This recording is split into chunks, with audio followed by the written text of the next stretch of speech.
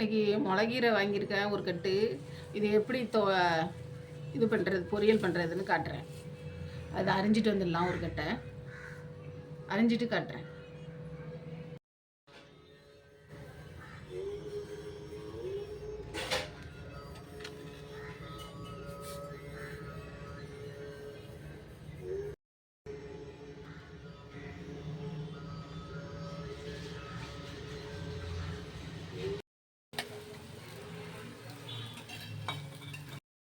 அடுப்பில் எண்ணெய் சட்டி வச்சு நம்ம இந்த கீரையை தாளிப்பு போடுறதுக்கு எண்ணெய் ஊற்றிக்கலாம்.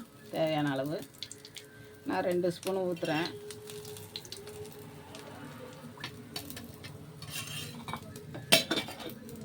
எண்ணெய் காஞ்சோடனே இந்த ஒரு வெங்காயத்தை எடுத்து பொடி பொடியாக நறுக்கி வச்சுருக்கேன்.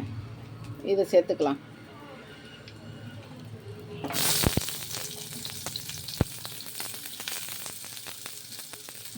காஞ்ச மிளகாய் 2 எடுத்து கிள்ளி வச்சுருக்கேன், அதையும் சேர்த்துக்கலாம் காரத்துக்கு.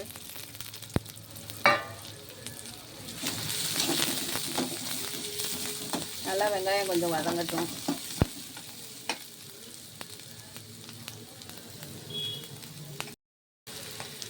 வெங்காயம் இந்த பொன்னிறமாக வதங்கிட்டு இப்போ நம்ம அலசி வச்சுருக்க கீரையை அள்ளி வைக்கலாம்.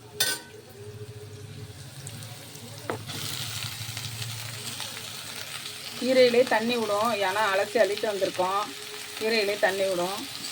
கீரைக்கு தேவையான உப்பு மட்டும் சேர்த்துக்கணும்.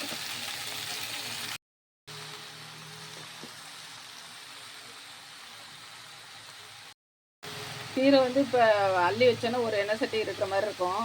வதங்கினோன்னு கொஞ்சமாகிடும். அதுக்காக கீரைக்கு தகுந்த மாதிரி உப்பு போட்டுக்கிறேன்.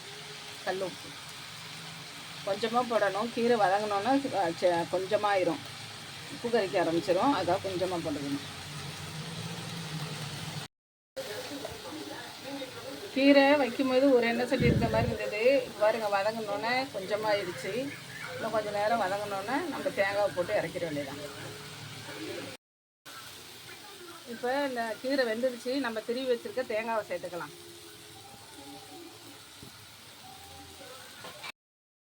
நல்லா கீரை நல்லா வெந்து இந்த மாதிரி நிறம் மாறுறதுக்கு முன்னாடியே நம்ம இறக்கிடணும். வெந்துருச்சு, இறக்கிற வேண்டியதான். இது மாதிரி நீங்களும் முளைக்கீரை வாங்கி பொரியல் செஞ்சு சாப்பிட்டு பாருங்கள். காரக்குழம்புக்கெல்லாம் சூப்பராக இருக்கும். நன்றி, வணக்கம்.